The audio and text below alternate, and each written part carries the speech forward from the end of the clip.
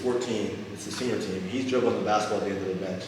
His dad's kind of panicking because like they're supposed to be blowing us out. The guys that run, it was Sunny Hill. It was a Sunny Hill team. Sunny Hill's a very well-known basketball person in Philadelphia. Okay. It was one of his teams. And so they're like, what are we going to do?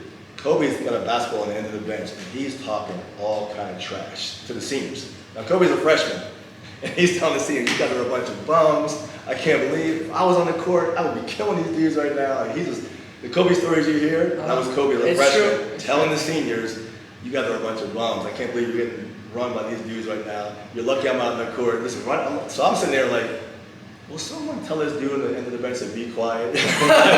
Well, I've heard stories that he played people to 100 before he left the gym in high school. Yeah. Have you heard that before, haven't you? So another great Kobe story. You know, I just had another article I shared with the guys on a recent road trip.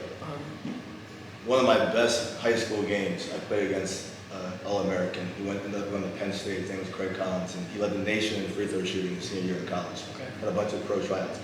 I had to guard him boxing one in my senior year for us to go a chance to go to the state tournament. And we beat them. Really? And I held him to 22 points, which is 1 point below his average. So I got a lot of write-up on that, you know, but I didn't even realize this until I showed the guys the story. That game was played at Lower Merion High School. Really? Kobe Bryant's, the gym that he's made famous.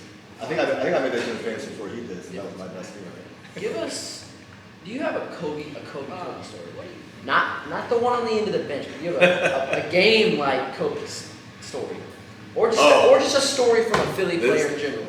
Well, the irony of it is, you know, I went to George McGinnis, Billy Cunningham basketball camp when I was 12 years old. And I live in Indiana, and George McGinnis is like, I had no idea the connection of Washington High School and George McGinnis. So like, basketball can just bring so many people together. It's crazy. This is my favorite Kobe Bryant story. It kind of relates to recruiting. Okay. At one of these big shootout events, we're in the University of Delaware Fieldhouse. Okay. There's, I don't know, 8 courts they have lined up. There's a whole bunch of games going on. And I'm there with my college coaching buddies, and we're out recruiting, watching the games. And we're watching Kobe's AAU team play, which had Richard Hamilton on it, who played for the Detroit Pistons. And a kid that went to my high school, who was our first Division I player, Jimmy Dillon, who went to Notre Dame, was on that team as well. And so we decided to go down and watch Kobe's team play because the coach of that team was a friend of mine. Kobe Bryant's AAU coach, Sam Ryan, is a good friend of mine.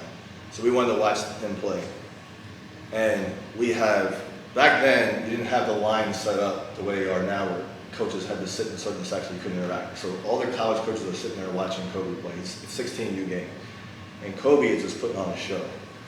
And North Carolina's there, Kansas is there. I mean, it was a who's who of college basketball coaches watching this game. Yeah. So JB, Jelly Bean Joe Bryant, his dad was there at the end and he's looking around, everybody's raving about Kobe, like, oh my gosh, this dude, this and that. So he starts looking around, he's like rubbing his hands together. And this is back again, the recruiting landscape was different, right? He's like, man, it's like, I wonder what I have, I'm kind of getting hungry. I wonder what I want for dinner tonight. I want steak. I want lobster. What do you guys, anybody know what's the best place? Like, kind of putting out the seeds of like, who's buying me dinner tonight? Because I know you guys all want like the guy to come to your school. So who's going to fork out the bill for my big dinner tonight? It was like tongue-in-cheek, kind of funny thing. But like nowadays, like you can't even joke about things like that. But it was really one of those funny recruiting Kobe Bryant kind of stories because he was that good when he was that young. And you can say, let's go back to Kobe real short. If Kobe was offered an NIL deal, how big would it have been? I mean, you talk about the numbers, it would probably have been staggering based on how good he was at the time. Everything's relative, right? If Kobe was an athlete today, I don't think the narrative would have changed. Kobe's goal as the ultimate competitor was to play with the best. So Kobe was like, so he would not have. No matter how much money you offer me, I want to play with the pros. Like, I'm a pro. You know, that was a big question mark. And people, like, was he ready for the pros physically? But his mind was. So mentally, he was already a pro before his body caught up to him.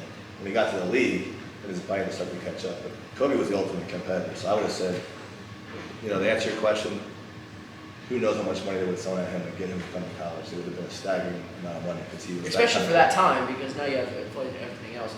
But I mean, there would be a lot of math that would have to go on there.